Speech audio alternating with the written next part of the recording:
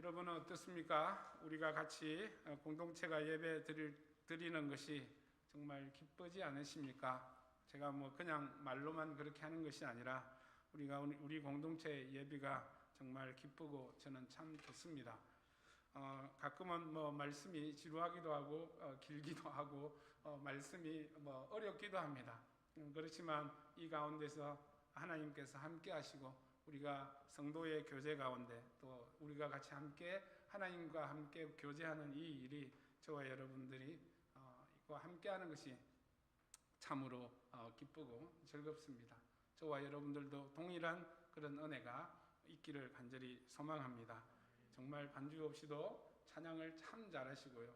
그리고 또 뜨겁게 잘하시고 반주가 없으니까 또 살짝 안 부를 수도 있는데 반주가 없으니 또 다 같이 불러야 되는 그런 은혜도 또한 누리게 되니 참 좋습니다.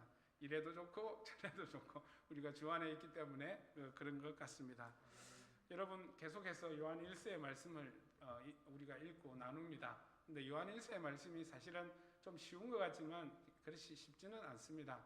좀 이렇게 복음의 본질이나 그런 얘기들이 많이 나오기 때문에 그렇습니다. 그래서 저와 여러분들이 좀 어렵지만 같이 한번 잘 찬찬히 살피기를 간절히 소망합니다. 요즘 여러분 AI 시대라고 합니다. AI라는 게 뭐냐면 한국말로는 인공지능이라고 합니다. 인공지능이라는 것은 이제 컴퓨터가 직접 사람처럼 학습을 하고 또 생각을 하고 추론을 해서 사람이 하는 일을 사람과 같은 그런 지능을 가진 시스템이라고 합니다. 그래서 그 시스템을 통해서 예측을 하기도 하고 또 생각을 하기도 하고 결과를 내놓기도 합니다. 그래서 사람이 갖고 있는 엄청난 지식들을 다 한꺼번에 컴퓨터에 모아서 그걸로 하여금 알고리즘을 통해서 이렇게 보이는 것이 이렇게 사람처럼 생각하고 사람이 하는 그런 것들을 동일하게 하는 것이 바로 이 인공지능이라고 합니다. 이것이 그 수준이 굉장한 수준까지 올라왔다고 합니다. 그런데 이 인공지능이 우리에게 도움이 되고 이로울 것 같지만 또 해로운 부분, 우리에게 위험한 부분들이 사실은 참 많이 도사리고 있습니다. 여러분 이제 AI를 가지고 이제 어떤 성경 본문을 놓고 야 이거 오늘 주일날 말씀을 전하려고 하는데 네가 한번 말씀을 좀 이렇게 정리해봐라 그러면 쫙 이렇게 나옵니다. 실제로 제가 그걸 한번 시도를 해봤습니다. 그렇다고 그걸 가지고 제가 설교를 한 건 아니고 실제로 그렇게 나옵니다. 또 이 AI가 작동하는 것은 우리가 유튜브나 이런 걸 보면 내가 보고 싶지 않은 것들이 툭툭 튀어나옵니다. 보고 싶지 않은 게 아니라 내가 평소에 보지 않았던 것들이 툭툭 튀어나옵니다. 왜 그러냐면 내가 보니까 네의 습성이 이런 것 같다. 이런 걸 좋아할 것 같아 해서 추천을 하게 합니다. 이런 것들이 다 AI가 하는 그런 기능에서 나오는 것이라는 거죠. 그러면 AI가 위험한 것이 뭐가 위험하냐? 여러 가지가 있습니다. 윤리적인 문제, 도덕적인 문제도 있지만 법적인 문제도 있지만 또 굉장히 위험한 것은 뭐냐면 어쩌다 보면 이런 일이 생긴다는 거죠. 가짜를 진짜라고 이야기한다는 거죠. 그래서 가짜를 진짜라고 이야기하니까 이것을 사람들이 조금 분별하지 않고 그대로 받아들인다는 거죠. 그런 일이 벌어질 수 있다는 거죠. 그래서 AI가 우리에게 위험이 줄 수 있는 것은 이게 가짜인데 우리로 하여금 진짜로 믿게 된다는 거죠. 그러니까 가짜인데 진짜로 믿게 되면 어떤 일이 벌어질까요? 그것은 상당히 우리의 사회나 우리의 생활에 혼란을 주게 될 것입니다. 그것이 바로 AI가 주는 위험성입니다. 그래서 우리 음모론이라는 게 사실 있습니다. 음모론이라는 것은 상상을 해서 만들어낸 이야기인데 또는 그것을 자꾸 진짜라고 이야기하는 거예요.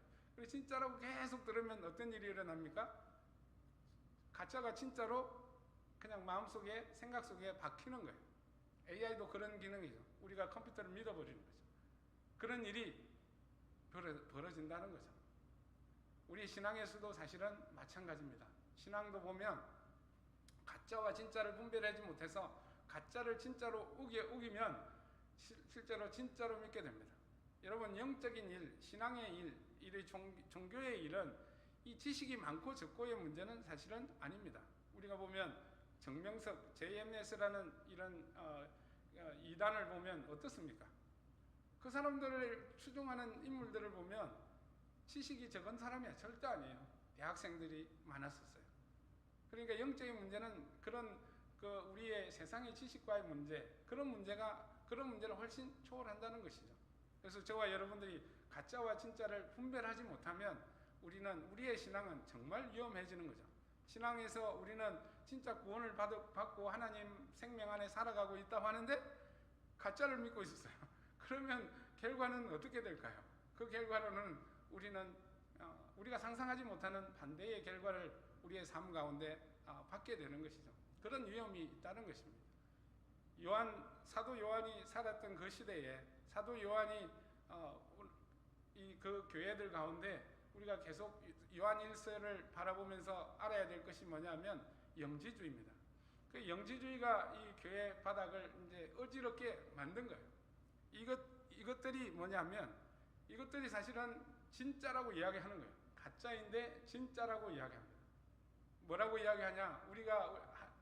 우리의 영은 선한 것이므로 우리의 영이 선하신 하나님과 교제할 수 있다는 거죠. 우리의 영이 하나님의 깊고 깊은 그 뜻을 알고 하나님의 고귀한 그 뜻을 깨달았을 때 우리는 비로소 그것을 구원이라고 이야기하는 거죠. 그런데 육신은 어떠냐 하면 육신은 더러운 것이고 악한 것이기 때문에 이 육신은 구원을 받을 수 없다라는 거예요. 그런 것을 가르치는 거예요. 그러면 육신의 삶은 어떻게 되는 걸까요? 그러니까 마음대로 살게 되는 거죠. 그냥 그대로 내버려 두게 하면서 살아가는 거죠. 또 반대로는 어떤 일이 일어나냐면 금욕주의가 일어납니다. 육신이 악한 것이니 육신을 괴롭히는 거예요. 자해를 하기도 하고 육신을 괴롭히는 거예요. 그래서 이 거룩함으로 가려고 하는 것이죠. 그것이 그 당시에 영지주의가 가르쳤던 그런 문제점이라는 거죠. 그러니까 그들은 하나님을 믿는 것과 뭐하고 분리가 돼요? 육신의 삶과 분리가 돼요. 그들의 가르침을 따르면 육신으로 살아가는 우리의 삶과 하나님을 믿는 신앙과 어떻게 되는 거죠? 분리가 일어나는 거예요. 분리가 전혀 상관이 없는 것으로 되는 거예요. 우리의 영이 구원받았으니 되었다라는 것이죠. 율법주의는 또 어떤가요? 율법주의를 가만히 생각해보면 정말 신앙이 좋은 것으로 생각이 되지만 그들은 종교적 행위, 종교적 제의에 모든 것을 목숨을 겁니다. 그렇지만 예수님이 말씀하신 것처럼 너희는 공의와 자비를 버렸도다 라고 이야기를 합니다. 그러니까 실제로 하나님이 말씀하시는 그들은 삶을 살아내지 못했다라는 거죠. 그러니까 이런 것들이 다 거짓을 가르치는 것이죠. 그러니까 우리가 거짓을 분별하지 못하고 진짜로 믿으면 우리의 삶은 엉망이 되는 것이고 결국 하나님이 보시기에 우리를 하나님이 기뻐하지 않는 삶, 결국은 우리의 구원과는 상관없는 삶을 살게 된다는 것이죠. 이런 이단들의 공통점이 뭐냐? 바로 이 종교와 또는 신앙과 삶을 분리해 버린다라는 것이죠. 그래서 이단과 사기들 보면 주로 어디로 갑니까? 산으로 갑니다. 세상과 떨어져 산으로 가서 자기네들끼리 공동체를 이루며 살아갑니다. 세상은 악한 것이고 속된 것이니 우리가 세상과 같이 섞일 수 없다 해서 떠나는 경우도 있고 말세에 도망가라 했으니 도망가서 자기네들끼리 이렇게 삶을 살아가고 있는 것이죠. 여호와 여러분, 분명히 우리가 알아야 될 것은 신앙은 성경에서 가르치는 신앙은 삶과 우리의 육신의 삶과 절대로 분리되지 않습니다. 예수님도 우리를 어디로 보내셨냐? 세상으로 보내셨다라는 거죠. 그래서 세상과 분리된 우리의 신앙은 잘못된 신앙이라는 것을 우리는 알아야 됩니다.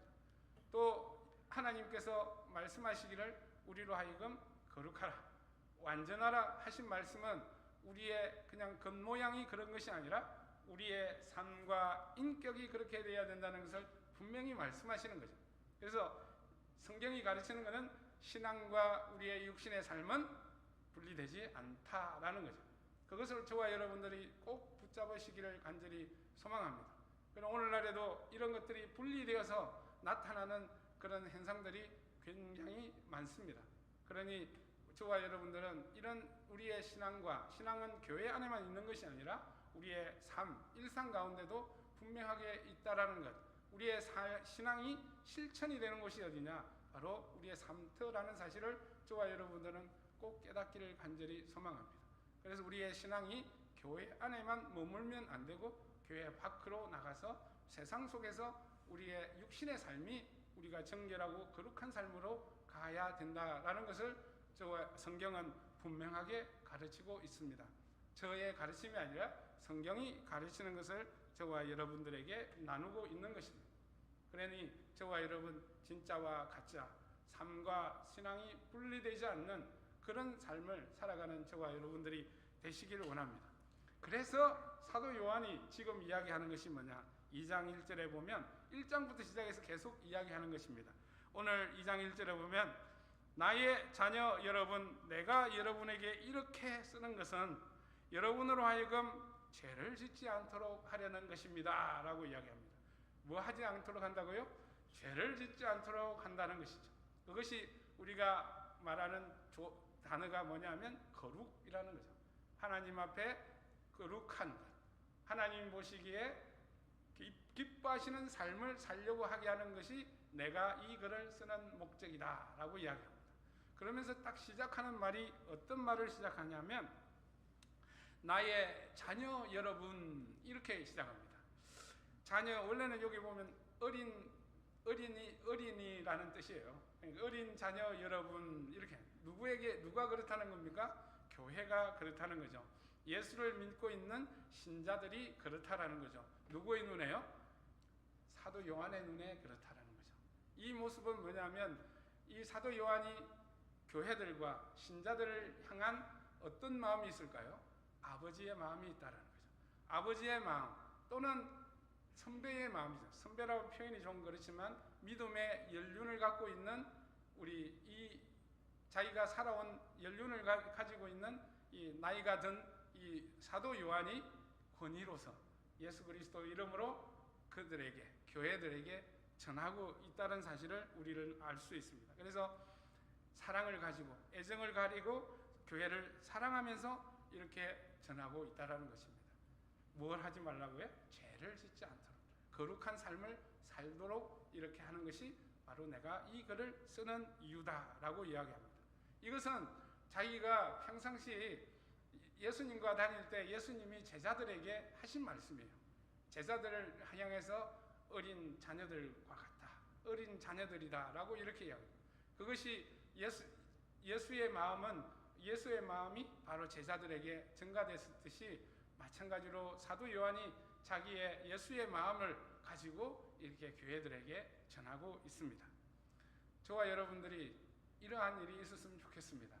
우리가 나이가 든다는 것, 제가 나이가 더 늙는다는 것에 대해서 새벽기도 때 몇 번 제가 말씀을 드렸는데 우리가 늙는다는 것, 나이가 먹는다는 것은 그냥 연수를 오래 산다는 말의 의미가 아니라는 거죠.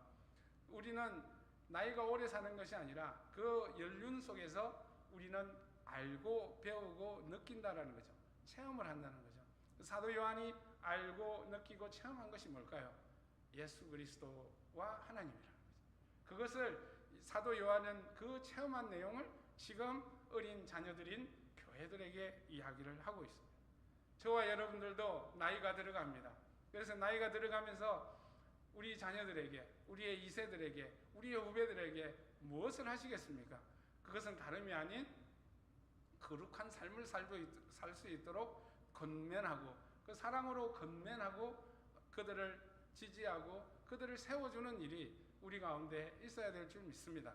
그것이 바로 우리가 어른된 먼저 된 자들의 도리라는 것이죠. 사도 요한이 먼저 된 자로서 먼저 예수님을 만나고 믿음으로 살아본 그 경험으로 지금 이 어린 교회들에게 이 복음을 다시 설명을 하고 있다는 것이죠. 이 체험된 이 복음의 지식은 얼마나 강력하겠습니까? 그래서 저와 여러분들이 그렇게 되려면 해야 될 일이 있어요. 그것이 뭐냐면 진리에 대한 확신이 반드시 있어야 됩니다. 진리가 무엇인지를 분명히 알아야 된다는 거죠. 쉽게 말하면 하나님의 말씀이 무엇이고 하나님이 무엇을 가리키고 하나님이 요구하시는 게 무엇인지를 분명히 알고 있어야 된다는 거죠. 그걸 알고 있는 수준이 아니라 그것에 대해서 확신을 가지고 있어야 된다는 거죠. 하나님이 우리를 부르시고 우리에게 영원한 생명을 주시는구나, 주셨다라는 그런 믿음과 그런 확신이 우리들 가운데 있어야 그것을 가르친다는 거죠. 우리가 나이가 들었는데 어른이 애들에게 뭘 가르치겠습니까? 뭘 있어야 가르치겠습니까? 우리가 하나님을 아는 지식과 하나님이 원하시는 것이 무엇인지를 분명하게 아는 그 진리를 저와 여러분들이 먼저 알아야 된다는 거죠. 그 다음에 알아야 될 것은 뭐냐면 그 진리를 아는 것만 끝나는 것이 아니라 그 진리를 우리의 삶으로 살아내는 거죠. 그 삶을 우리가 보여주는 거죠. 그 삶을 통해서 우리 후배들에게, 우리 후손들에게, 우리 자녀들에게 거룩한 삶에 대한 얘기, 복음으로 거룩한 삶에 대한 얘기를 할 수 있어야 된다는 것이죠. 그것이 저와 여러분들에게 있기를 간절히 소망합니다. 사도 요한이 지금 바로 그 얘기를 우리들에게 하고 있습니다. 우리들 또한 우리 자녀들에게, 우리 이스라엘들에게, 우리만 믿음 좋으면 뭐 하겠습니까? 우리만 믿음 좋으면, 우리만 천국 가면 뭐 하냐고요. 우리에게 필요한 것은 뭐냐? 우리뿐만 아니라 나의 주변에 있는 모든 사람들, 그 사람들에게 생명을 전해주는 일이 저와 여러분들에게 있어야 될 줄 믿습니다. 예, 그런 일들이 우리 교회 공동체 안에 풍성하게 일어나기를 간절히 소망합니다. 그래서 이야기하는 게 뭐냐면, 뭘 지금 이야기하냐면 예수 그리스도를 이야기합니다. 예수 그리스도를 이야기하는데 뭐라고 이야기하냐면, 누가 죄를 짓거든 하나님 앞에서 변호해 주시는 분이 우리에게 계시는데, 그분이 누구냐? 바로 의로우신 예수 그리스도라고 말씀하시고, 그 다음에 2절에 보면 그는 우리의 죄를 위한 화목제물이다. 그래서 우리의 죄뿐만 아니라 세상의 죄를 위한 것이다. 화목제물이시다. 예수님에 대해서 확실하게 이야기한 거죠. 저번 예수님의 이야기한 것이 첫 번째는 뭐예요? 우리를 변호하시는 분이다. 어떤 번역에서는 지지하는 분이라고 하는데, 지지하는 분은 약간 2%가 부족한 것 같아요. 우리 예수님은 그게 아니라 우리를 변호하시는 분이다라는 거죠. 그럼 두 번째로는 그분이 의로우신 분이다라는 거죠. 죄가 없으신 분이다라는 거죠. 그리고 세 번째는 뭐냐? 화목제물이다. 이것도 이제 속죄제물 내지는 화목제물. 속죄제물은 우리의 죄를 위해서 드려지는 제물이라는 뜻이고요. 화목제물은 하나님과의 원수된 관계를 푸는 데 사용하는 그 제물을 우리는 화목제물이라고 합니다. 그래서 예수님이 바로 그런 분이라는 것이죠. 여러분, 이것은 우리가 성경 공부 때, 새생명 공부 때 다 배워서 잘 아는 것이죠. 그렇지만 다시 한 번 더 들어보십시오. 이것이 바로 복음의 핵심이고 복음의 중심에 있는 거예요.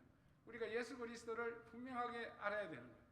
그래서 예수님이 사람의 변호사들은 어떻습니까? 어떤 의뢰인이 왔어요. 그 의뢰인이 일단 어떻게 시작합니까? 나한테 온 이 의뢰인은 죄가 없다. 그래서 우리가 무죄 추정의 원칙에 따라 죄가 없다라는 것을 전제로 하고 죄 없음을 증명해 들어갑니다. 그래서 증인들을 세우고 증거물들을 보여줘서 이 사람은 죄가 없습니다라는 게 사람의 그 세상의 변호사들입니다. 그래서 혹시 유죄가 조금 입증되면 이 죄를 줄이려고 이 사람이 평소에 선행을 행했고, 또 이 사람이 어떻게 하다 보니 환경이 그럴 수밖에 없어서 이렇게 죄를 지었게 되었으니 참작해 주시기 바랍니다 라고 이야기하고, 또는 어떻게 이야기합니까? 정당방위였다라고 이렇게 막 주장하면서 죄를 이렇게 깎기를 하는 게 변호인입니다. 근데 우리의 변호인, 우리 생명의 변호인이신 예수님은 어떻게 하셨나요? 어떻게 변호하셨을까요? 우리의 죄를 하나님 앞에 인정합니다. 우리 변호인이라고 할 수 있겠습니까? 이 사람은 유죄입니다. 저와 여러분들은 죄인입니다 라고 이야기를 하는 거죠. 그러면서 예수님은 어떻게 하십니까? 그 죄인입니다 하고 이 죄를 용서해 주십시오 라고 이야기할 때 어떻게 하시나요? 예수님이 직접 십자가에 달리시는 화목제물이 되셨다라는 거죠. 이런 변호인이 세상에 있습니까? 내가 이 의뢰인을 대신해서 내가 감옥을 가고 이 의뢰인을 대신해서 내가 사형을 받겠습니다. 이런 의뢰인, 이런 변호인은 없지 않습니까? 우리 예수님은 우리를 변호하시는 예수님은 어떤 예수님이냐? 우리의 죄를 하나님도 아시고 예수님도 다 아신다는 거죠. 그래서 그 죄에 대해서 죄를 다 인정하고, 그러면 그 죄에 대해서 이 죄를 어떻게 용서함을 받을 것인가? 그래서 의로우신, 죄가 없으신 당신이 직접 십자가에 못 박히셨다는 거죠. 내가 대신 죄를 짓겠습니다. 그래서 화목제물로 드려졌다는 거죠. 그래서 하나님은 공의로운 분이십니다. 그죠? 의로우신 분입니다. 그래서 하나님은 죄를 싫어하시고 죄의 대가는 반드시 받으십니다. 그러니 심판이 있는 것이죠. 그런데 죄의 대가를 치를 수 없는 누군가가 치러야 돼요. 누가 치렀습니까? 예수님이 화목제물로 죄를 치렀습니다. 그래서 하나님의 공의를 단박에 해결했다는 것이죠. 그것이 바로 십자가의 그리스도라는 것입니다. 십자가의 그리스도는 하나님의 사랑과 하나님의 공의가 만나는 곳이 바로 십자가, 예수님의 십자가입니다. 그래서 예수님이 우리의 변호인으로서 직접 화목제물로 되신 의로우신 분이라는 것을 우리는 오늘 본문에서 사도 요한은 다시금 이야기를 하고 있습니다. 여러분, 이 복음의 메시지를 우리가 믿으시나요? 우리가 그것을 믿기 때문에 예수 그리스도의 이름으로 하나님은 우리의 죄를 용서해 주셨다라는 것입니다. 이 복음의 진리를 우리가 믿지 않고 또는 복음의 진리를 틀어버린다면 우리는 하나님 앞에 설 수가 없고 하나님과 사귈 수가 없는 것입니다. 그런데 더 중요한 것은 뭐냐? 이 사건을, 이 일을, 죄의 용서를 누가 계획하셨나요? 하나님이 계획하셨다라는 것이죠. 그래서 원래 오늘 본문에는 하나님 앞에 선 변호인이라고 이야기하지만 사실은 어떤 번역에는 하나님 옆에 서라는 말이 있습니다. 그러니까 옆에 서란 말하고 앞에 서란 말은 뉘앙스가 굉장히 다르지 않습니까? 옆에 서란 말은 같이라는 의미입니다. 그래서 하나님이 그 모든 사실을 아신다라는 거죠. 왜냐하면 하나님이 계획하셨기 때문에 그렇다는 것입니다. 왜 이런 얘기를 하는 것일까? 우리는 이것을 알아야 됩니다. 그런데 오늘 이 십자가의 죄 사함, 속죄의 은혜는 어디까지냐라는 거죠. 오늘 본문에는 사실은 누가 죄를 짓더라도 라는 말이 나옵니다. 죄를 짓더라는 말은 여러분 어떻게 여기십니까? 옛날에 지은 죄를 이야기하는 걸까요? 내가 지금 현재에 짓는 죄를 이야기할까요? 내가 미래에 지을 죄를 이야기할까요? 어쩌면 세 개 다 포함을 하는 것이겠죠. 그렇지만 좀 더 분명한 것은 내가 현재 죄를 짓고 있거나 또는 내가 죄를 짓게 되거나 그런 일이 생길 수 있다는 것이죠. 여러분, 그리스도인이라고 죄를 짓지 않나요? 죄를 짓습니다. 실수도 하고요. 죄 가운데, 유혹 가운데 유혹을 덥석 물기도 하는 게 우리의 인간입니다. 우리 인간은 용서를 받았지만 여전히 우리는 하나님 앞에 죄인이라는 거죠. 죄의 성품을 그대로 우리는 가지고 있다는 것입니다. 그랬을 때 우리는 어찌할꼬입니다. 어찌해야 됩니까? 저와 여러분들은 예수 그리스도 이름으로 용서함을 구해야 되는 거죠. 죄를 고백하고 용서를 구합니다. 그랬을 때 그것을 용서를 받아주실까요? 안 받아주실까요? 하나님은 그 용서를 받아주신다라는 것이죠. 우리 예수님의 십자가의 속죄의 은혜는 그걸로 끝나는 것이 아니라 우리의 지금 현재의 죄와 우리 앞으로 지을 모든 죄에 대해서 그 속죄의 효력이 있다라는 것을 지금 이야기합니다. 그래서 우리는 어떻게 해야 될까? 우리가 죄 가운데 빠지지 말아야 되겠지만 우리가 죄 가운데 빠졌을 때 우리는 속히 죄를 자백하고 하나님께 예수 그리스도 이름으로 용서를 구하는 일이 일어나야 될 줄 믿습니다. 이것이 앞에서 말하는 거룩과 연결이 되는 거예요. 우리가 죄를 방치하거나 무관심하거나 방종하지 않는 것입니다. 당시에 영지주의자들은 어땠을까요? 육신이 짓는 죄는 아무렇지 않다라고 생각하는 생각들이 가르침이 있었어요. 왜냐하면 육신은 이미 악한 것이기 때문에 그렇다는 거죠. 그러니까 육신이 짓는 죄를 어떻게 하나요? 방치하게 되는 거죠. 좀 더 나가면 어떤 일이 나나요? 방종을 하게 됩니다. 그걸 마음대로 살게 되는 것이죠. 그래서 육신의 쾌락과 육신을 짓는 죄를 아무렇지 않게 무감각하게 받아들이는 일이 그 가운데 있다라는 것이죠. 그래서 오늘 말씀이 이야기하고자 하는 것은 뭘까요? 그러나 여러분, 그 육신의 죄를 없앨 수 없다라고 여러분들은 믿고 있지만 그것은 거짓말이다라는 거죠. 우리의 육신의 죄, 우리가 지은 모든 죄는 예수 그리스도의 십자가의 보혈로 치유될 수 있다. 예수 그리스도 이름으로 치유된다는 것을 말씀하고 있는 것입니다. 그래서 이걸 전체로 이야기했을 때 우리는 사도 요한은 무엇을 이야기하고 싶은 것일까요? 우리는 죄를 살아가다 보면 죄를 지을 수도 있다. 그러니 마음대로 죄를 지어라. 한번 죄의 고백을 하고 하나님께 회개하면 되니까 죄 짓고 회개하고 죄 짓고 회개하고 그렇게 살아라. 그런 의미일까요? 그걸 이야기하는 것이 아닙니다. 오늘 말씀을 잘 보면요, 우리의 거룩함의 시작은 어디에서 시작될까요? 예수 그리스도의 십자가입니다. 우리가 하나님의 자녀가 되는 시작점이 뭘까요? 바로 예수 그리스도를 믿는 일입니다. 그것이 왜 중요할까요? 그것에 우리가 하나님과의 관계에 있어서 막히는 부분이 있다는 거죠. 그것이 뭐냐? 죄에 대한 부분입니다. 여러분, 죄가 가로막아서 우리는 하나님과 가까이 갈 수가 없습니다. 하나님이 우리의 짓는 죄를 싫어하시기 때문에 죄인들을 가까이 할 수 없다는 거죠. 그래서 이 죄를 해결하는 일이 바로 십자가에 있다라는 거죠. 그래서 예수 그리스도를 믿음으로 죄 사함을 받는 것이 바로 하나님과의 교제, 하나님과의 사귐, 그 사귐의 시작이라는 겁니다. 거룩한 삶의 시작이라는 것이죠. 그 다음에 우리가 계속해서 살아갈 때 짓는 죄에 대해서도 예수 그리스도의 이름으로 우리가 자백하고 회개할 때 미쁘시고 좋으신 하나님께서 우리를 예수 그리스도의 이름으로 우리를 용서해 주신다는 사실입니다.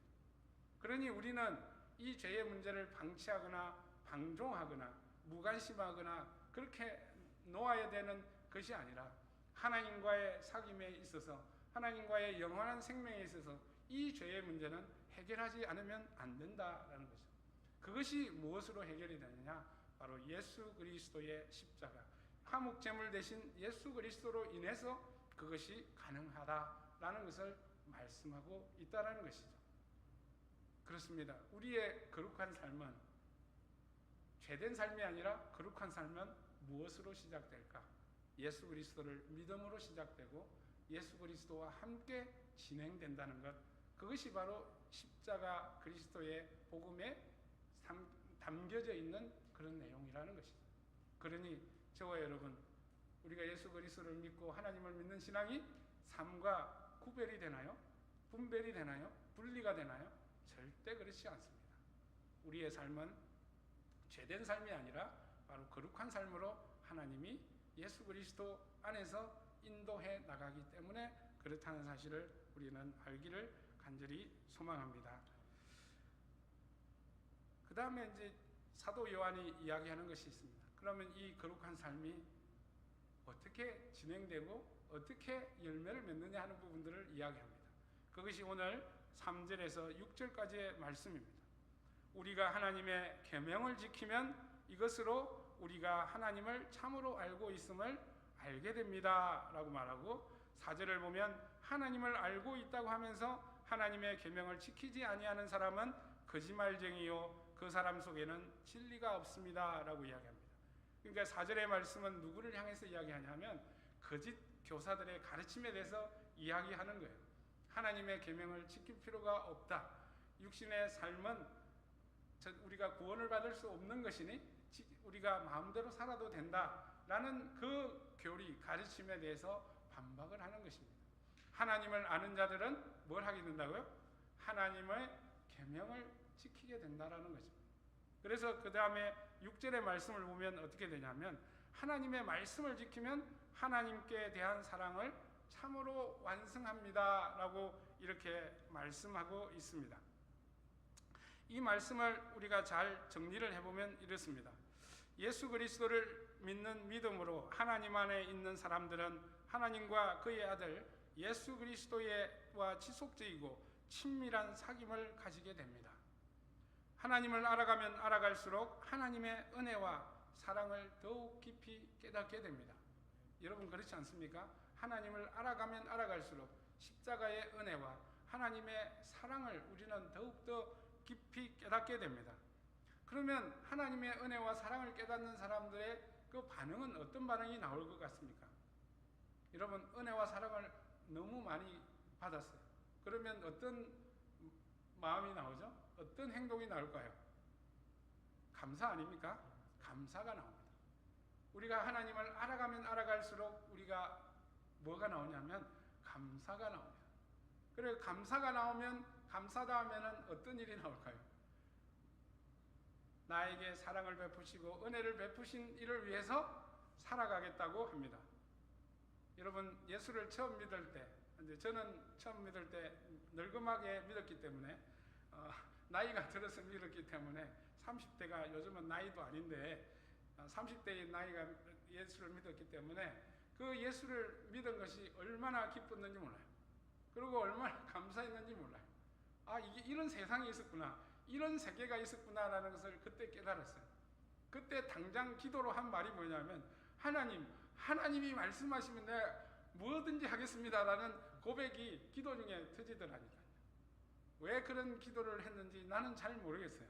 왜 그런 말을 했는지 나는 참 모르겠어요. 그것은 뭐냐? 내가 예수를 믿게 된 것이 은혜라고 생각했기 때문에, 내가 받은 사랑이라고 생각했기 때문에 그런 거예요. 그러니 감사할 수밖에 없고, 감사를 받은 자들이 반드시 하는 내용이 뭐냐면 그 감사에 보답을 하게 됩니다. 하나님이 보답하려고 우리를 구원해 주신 게 아니라 하나님은 그 하나님의 사랑을 아는 자, 하나님의 은혜를 아는 자들은 반드시 하는 일이 감사를 하게 되고요. 그 감사는 말로만 땡치는 게 아니라는 거예요.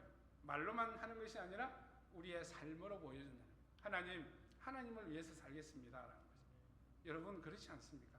그래서 하나님을 위해서 살겠다 하는 것입니다. 내가 사랑합니다. 내가 하나님을 사랑하겠습니다 라고 고백합니다. 그러면 하나님을 사랑하는 게 과연 뭘까요? 종교적인 행위일까요? 그런 것일 수 있습니다. 그런데 하나님이 원하시는 것을 하는 것입니다. 여러분 사랑은 어떻게 하는지 우리가 잘 알아야 돼요. 이런 이야기가 있더라고요. 한 소년이 할아버지와 함께 목장에 살았다고 합니다. 그래서 소년은 목장의 말 중에 아주 종마라 그러죠. 이 말을 통해서 다른 말을 또 잉태하게 하고 그런 것을 종마라고 이야기하는데, 그 종마를 너무 예뻐했는데 하루는 할아버지가 목장을 비운 사이에 종마가 아프게 되었다고 합니다. 그래서 소년은 걱정이 돼서 잠도 자지 않고 바로 열을 내리기 위해서 열심히 찬물을 먹였다고 합니다.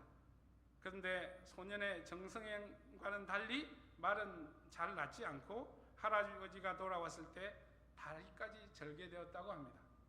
그래서 이 이야기들을 하면서 할아버지가 물었습니다. 말이 아플 때 찬물을 먹이는 것이 얼마나 안 좋은 것이 몰랐단 말이냐라고 이렇게 말합니다. 그러자 소년이 눈물을 터뜨립니다. 눈물을 터뜨리면서 나는 정말 몰랐어요. 내가 말을 얼마나 사랑하는 줄 알잖아요 하면서 울면서 대답하죠. 그래서 할아버지가 침묵 끝에 하신 말씀이 뭐냐? 얘야, 누군가를 사랑한다는 것은 어떻게 사랑한지를 아는 것이란다 라고 이렇게 말했답니다. 이 짧은 동화가 이야기해 주는 게 오늘 본문의 말씀에서 정말 이야기해 주는 거예요. 내가 하나님 사랑할게요, 하나님의 은혜를 아는 자들 하나님을 사랑할게요 했는데 그 사랑이 뭐냐는 거죠. 그 사랑은 그 대상이 원하는 겁니다. 그래서 우리는 어떻게 사랑하는 법을 잘 알아야 돼요. 저와 여러분 하나님 사랑하십니까? 네, 하나님 사랑합니다. 근데 어떻게 사랑해요? 말로만 사랑해요? 아니면 내 방식대로 사랑합니까? 아니면 내 뜻대로? 내가 하나님을 사랑한다고 하면서 내 뜻대로 하는 사람들이 무지기수 많습니다. 그리고 말로만 때우고 끝내는 사람들이 무지기수 많습니다. 그런데 하나님이 원하시는 것은 사랑하는 사람을 위해서 우리는 사랑하는 사람이 원하는 걸 해줄 줄 알아야 돼요. 그걸 우리는 사실 그것도 쉽지는 않은데 우리가 살아가면서 배우는 것 같아요. 연애를 한다고 칩시다. 젊은 남녀가 연애를 하는데 남자가 여자에게 사랑한다고 표현을 하는데 선물을 사주는데 자기 좋아하는 것만 뒷다 사주면 그걸 사랑한다라고 이야기할 수 있나요? 그거는 절대 그럴 수 없는 것이죠. 내가 사랑한다면 그 사랑하는 사람이 원하는 것 뭔가를 아는 거죠. 그것이 뭐냐? 오늘 말씀에 하는 것, 하나님의 계명을 지키는 것, 하나님의 말씀을 지키는 것이라는 거죠. 이것을 우리는 잘못 생각해서 이것도 신율법주의다라고 이야기하는데 그게 아니에요. 하나님을 사랑하는 사람은 하나님의 계명을 지키는 거예요. 예수님이 요한복음에서 제자들에게 이렇게 해요. 너희가 나를 사랑하느냐? 너희가 나를 사랑하면 뭘 지킨다고요? 내 계명을 지키게 되리라. 우리가 여러분들이 하나님을 사랑하면 여러분들은 하나님의 말씀을 지키는, 하나님의 말씀을 순종하는 자들이 되어야 합니다. 그것이 바로 사랑하는 것의 표현입니다. 그것이 하나님을 아는 자들, 믿는 자들의 표현이라는 거죠. 그것이 사랑으로 나타나고, 사랑은 바로 하나님이 원하시는 것, 하나님이 기뻐하시는 것. 그러니 사도 바울이 로마서 12장 2절에서 딱 이야기하는 게 그거잖아요. 하나님이 원하시고 기뻐하시고 거룩하신 것이 뭔가를 분별하라라고 이야기하지 않습니까? 그것을 알고 하는 일, 그것이 바로 하나님의 말씀에 따라 순종하는 것이 하나님을 사랑하고 아는 것이라는 것이죠. 그것을 통해서 뭘 안다고? 이 사람이 하나님의 안에 있는 줄 안다라고 사도 요한은 이야기합니다. 당시의 영지주의자들은 어떤 생각을 했냐? 우리가 영으로 하나님을 깨닫고 하나님의 깊은 것까지 신비를 깨달으면 우리는 구원받았다고 해요. 그러면 우리는 하나님의 사랑의 대상이라고 생각을 합니다. 우리가 그걸로 또 하나님을 사랑하는 걸로 생각하는 거예요. 그게 아니라는 거죠. 우리가 하나님을 사랑하는 것은 하나님의 말씀을 듣는 거죠. 그럼 하나님의 말씀을 듣는 자들에게는 어떤 일이 일어날까요? 아무런 변화가 일어나지 않을까요? 하나님의 말씀을 듣고 하나님의 말씀을 깨닫는 자는 그의 삶이 변합니다. 하나님이 기뻐하시는 그 거룩한 삶으로 변하기 시작합니다. 우리는 완전함에 이를 수는 없지만 성숙함으로 도달합니다. 그래서 에베소서에서도 사도 바울이 이야기한 게 바로 그겁니다. 우리가 하나님을 아는 것과 그의 아들을 아는 것에 뭐가 되어서 하나가 되어서 어디까지요? 예수 그리스도의 믿음의 경지에 이르기까지 다다라야 한다 라고 이야기를 하는 거죠. 성경이 이야기하는 게 뭐냐? 우리가 거룩함을 향해서 지향해 나가야 된다. 이것이 하나님이 기뻐하시는 거라는 거죠. 결국 오늘 두 번째 말씀에서도 뒷부분의 말씀에서도 이야기하는 것이 뭐냐? 바로 예수 그리스도를 통해서 우리가 거룩함을 시작하고 예수 그리스도와 하나님과의 사귐을 통해서 우리는 말씀을 순종해 나갈 때 우리는 그 거룩함의 열매를 맺어간다는 사실을 저와 여러분들은 아시기를 원합니다. 그래서 절대로 우리의 신앙과 삶은 분리되지 않는다는 거죠. 우리의 삶은 신앙의 표시라는 거죠. 믿음의 표지라는 사실을 우리는 꼭 알기를 원합니다. 특별히 우리가 야고보서를 어떤 신학자는 지푸라기 복음이다 라고 이렇게 이야기합니다. 그렇지만 그렇지 않아요.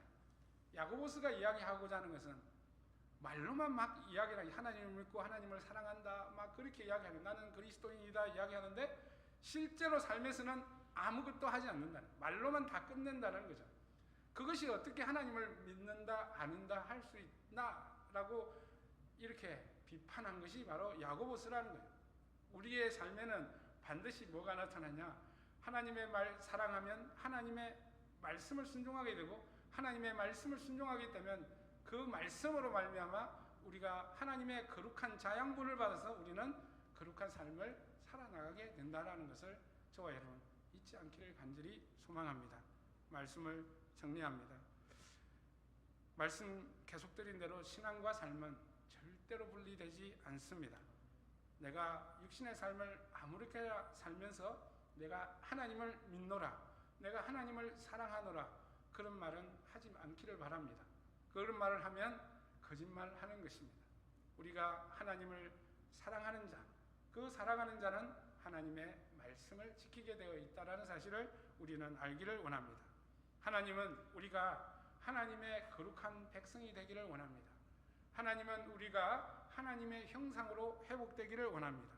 이 일을 위해서 우리를 예수 그리스도 안에서 부르셨습니다. 예수 그리스도 안에서 죄를 용서하시고 새로운 삶을 살도록 예수님께서 직접 화목 제물이 되시고, 또 예수님께서 하나님 옆에서 우리를 중보하시며 변호하십니다. 이제 우리가 해야 될 일은 주님을 사랑하는 일입니다. 그 사랑하는 일은 바로 주님의 말씀에 순종하는 일입니다. 그의 은혜와 사랑을 기억하며 감사와 감격으로 주님의 말씀에 순종함으로 거룩함을 이루어 나가는 것, 그것이 바로 우리의 신앙입니다. 그래서 이 거룩함이란 다른 데서 나타나는 것이 아니라 바로 우리의 삶과 인격에서 나타나는 것임을 우리가 알기를 간절히 소망합니다.